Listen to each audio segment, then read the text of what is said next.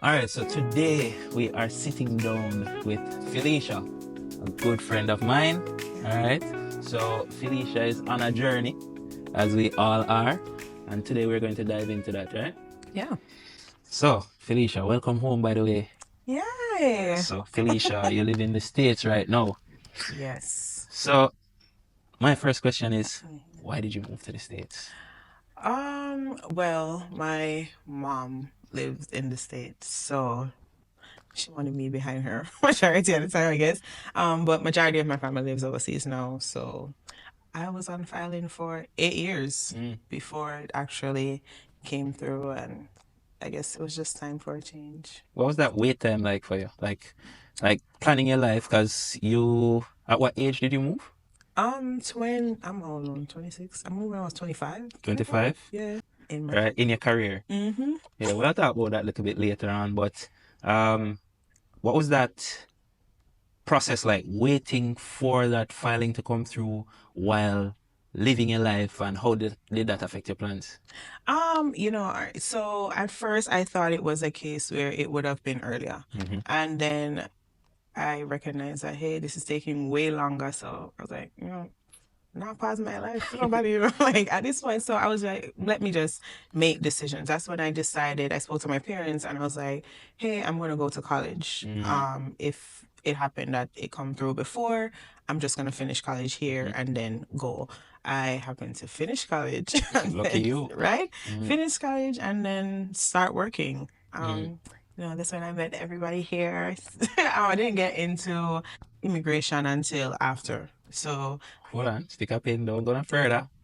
Immigration. So tell us what you studied, and the job that you got yeah. thereafter. So I did custom processes, freight forwarding, immigration at Maritime, Mm-hmm. and then Big up maritime. big, big up Maritime, yeah. But me personally, I wanted to do immigration more than anything. I made up my mind from 15 that I wanted to do immigration, and 15 years old. Yep, that's when I made up my mind about that. So this was your dream career. Yes, it was. Still Okay. is. Still It is. still is. Still Okay. is. Okay, you're Yes. still young. Yeah. So you have some time. So you graduate from college, you get your dream job, and where you have a nice little whip at the time. Yeah. Yeah. Right? Yes. And then your filing come through. Like, how you feel at that point? You know what? Like, boy, I'm not gonna lie. Someone reach a fine. Mm. And then it took me a while to get a job over there. Mm. So having to like depend on my mom and I'm the car foreign, get used to car, start take bus to everything. I was so annoyed. I would find myself crying a lot, like when I just went there. And then in the States, it's different from here. It was a lot faster. Like it was just constantly go, go, go. So when you're at home, just not doing anything, it's like your life will pass it by.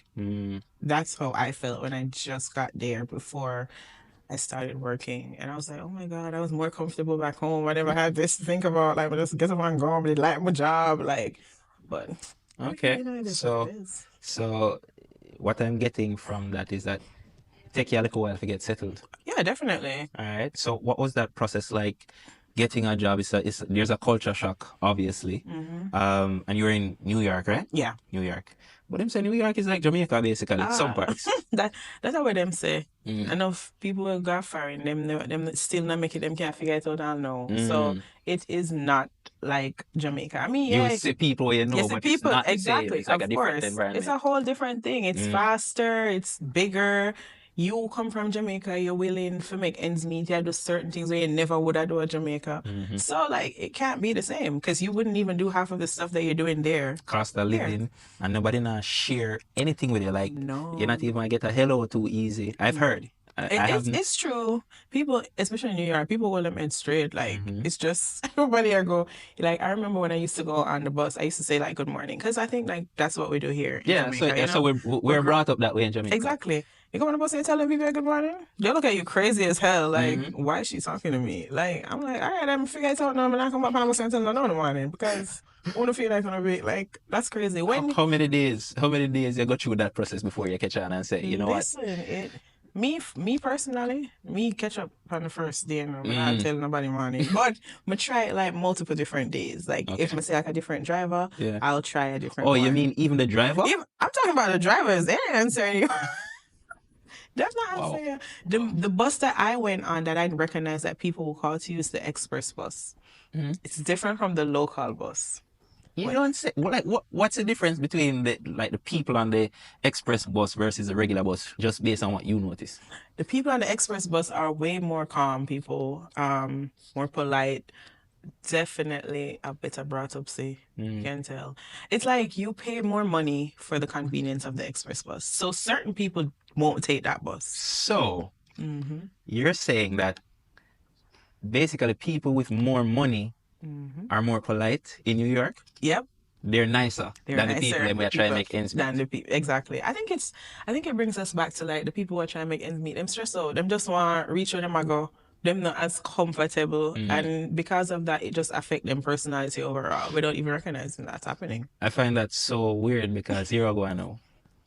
How networking works is you have to speak to people. So you never know, you might be on the bus and you talk to somebody and it lead to an opportunity. So that entire mindset don't make any sense to me because you basically block your blessings. Yeah. No, I guess people block them blessings a lot.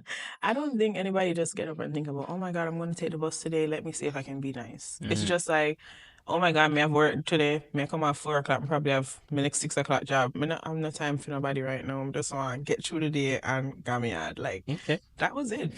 All right, so tell me something now, all right? So you're getting acclimatized to this space, right? You're now sending out resumes, Yeah. right? So you studied customs and immigration, and you're now getting acclimatized to this space. What kind of job do you apply for based on your qualification?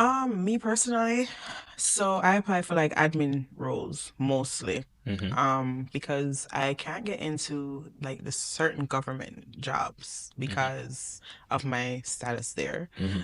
Okay, so you have to be what? A A citizen or have your green card for at least 3 years of the past 5 years. Okay, before you can get do a government job. certain jobs. Yes, Alright, cool. you probably So you know that now. yeah, you probably can get into government with like little idiot work. No, I call people them work idiot work, but Basic jobs. basic jobs, yeah, probably. But if you need like for say immigration officer, border patrol, customs, definitely you need that. Okay, okay.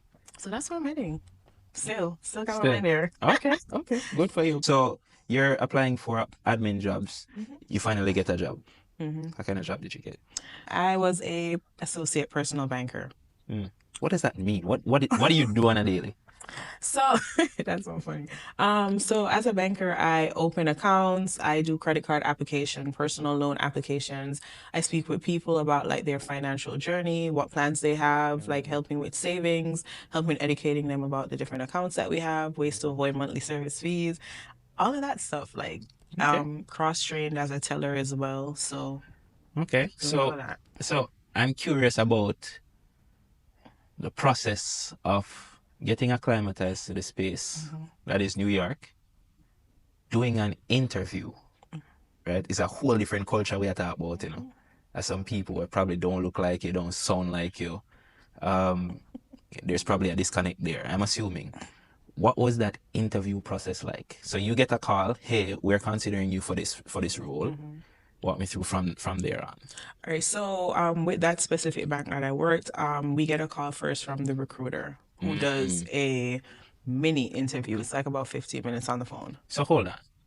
So the recruiter call you. So you're telling me that you got this job by applying through like an agency? I applied through their website. So the bank's website. The bank's website, yes. Oh, and they use recruiters. They have a recruiter. Yes, they use recruiters as well. Okay. So I applied to the bank. The recruiter called me. We did an interview for about like 5 to 10, 15 minutes, the longest. She asked a lot of like logistical questions and like where you are, how long it might take you to get to work. Do you think this would be an issue? They let you know like the working hours, because some banks open on Saturdays. For me, I personally work Monday to Friday, but some do open on Saturday. So they're like, okay, if whatever happens, are you okay with coming in on a Saturday and so forth? After that, then she said, okay, if I'm going to pass on the information I got, a manager will reach out to you. About a week later, I get an email saying that, hey, we want to do an interview with you at XYZ location, confirm if you can do this, da da da. I go there. It was an early morning interview too. I had an interview with 3 managers for 3 different branches, and they were just all spitting out the questions. They all had like a copy of the same questions, I believe, and they wrote down like your answers and so forth. In that interview, it was so like intimidating. No one smiled. No one made you know, like, are you saying the right thing? Am I Yeah, saying there the was right? no nod. No, There was no nothing. facial expressions. It just straight across the board. You know what's so funny about that, right? I've been doing interviews since the starting of our businesses, right? Yeah. So I've always been doing research as to how I can be a better interviewer so I can pick a good candidate. One of the things that I've read is that you don't want to give off too much of a response. I've not gone by that, to be honest, and I've gotten quite a few good candidates. I try to kind of bring it down to a human level, like human to human, like what's going on with you, like what are your goals, like what are you trying to achieve, how can we work together to get you there while you're working on what we need you to work on here. So that's been my approach. So but I can already see a shift. It's almost like you're not human, you're like a product. Was that your experience? Yeah, it's hard. So for me, I've done multiple interviews. And it reached a point where I was like, I think I should just become a professional interviewee because I'm doing so many interviews. I just get paid for them, right? I've done interviews where that was the approach before, and I've done interviews where it's That's over there? over there. Okay. Yeah. Okay. Because you have people who try to make it like, not too formal. Yeah, They just try like to a make it natural comfortable. vibe. Yeah. And in those interviews, I feel way better. I feel like the answers, flow. When it comes off that way, it's like you're trying to remember what you studied and all of that. And I'm just like, why am I doing that? I don't want to do that for an interview. It's like you're lying. True. You're lying because you know that I did a whole thing on my phone. I'm like, okay, let me study. If they ask me this, da da da. And then when you're not comfortable, you're there trying to remember. Okay, what did I write? And then you get stuck some of the time. You don't remember. So I've gotten so good at interviews now. I don't get stuck anymore. But at first, that used to happen to me. I used to be like, oh my god, am I saying the right thing? So question, you got this particular job after being grilled, right? So why is it that you did not get those jobs that you were more comfortable in this place? Yeah, I don't know. That's a very good question. I really don't know. I have left interviews when I thought like, oh my god, this went good, right? But then, and when I left the bank's interview, I called my mom, and I was like, "We're not gonna work that." Like, really? That's exactly what happened when I left that interview. I was like, I think it was horrible. Like, it was just so much, drilling and so forth. So hold on, they're grilling you. You're answering these questions. But you still leave the interview feeling like you didn't do well. Is it that there were some questions that you didn't answer? I answered every question. I just found it really intimidating. Okay. It was just and then it was 3 people. It wasn't like a one-on-one thing. So I think that made me nervous too. So you left, and you said, all right, me not get the job here, no mums. Me not get the job here. So what happened from there? So in that week, I did 2 interviews, right? I did an interview for a visa consultant first. Yeah, my friend. And then the banking one.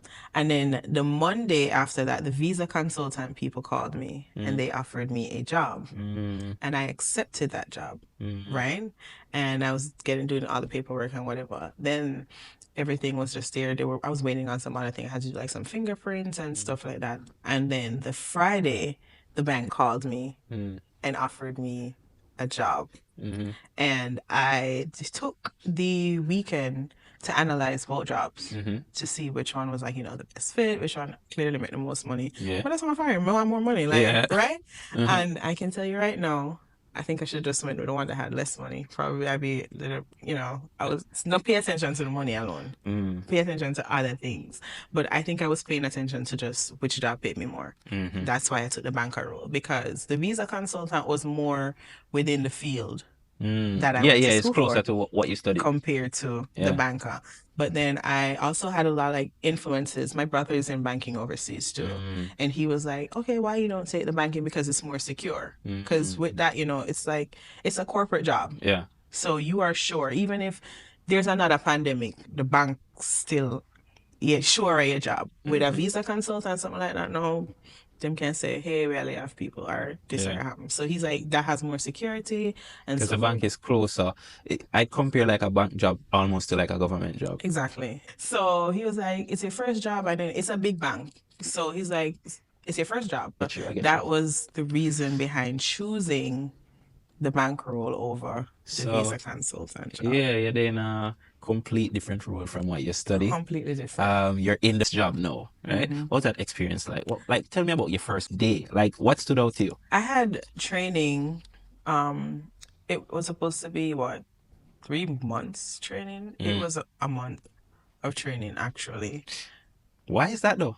That's a very good question. I have no idea. I would like to believe that they don't have enough people. They're always hiring. Uh-huh. So they needed the banker on staff immediately. Okay. So I think what happened was they trained me how to use the system, how to navigate through it.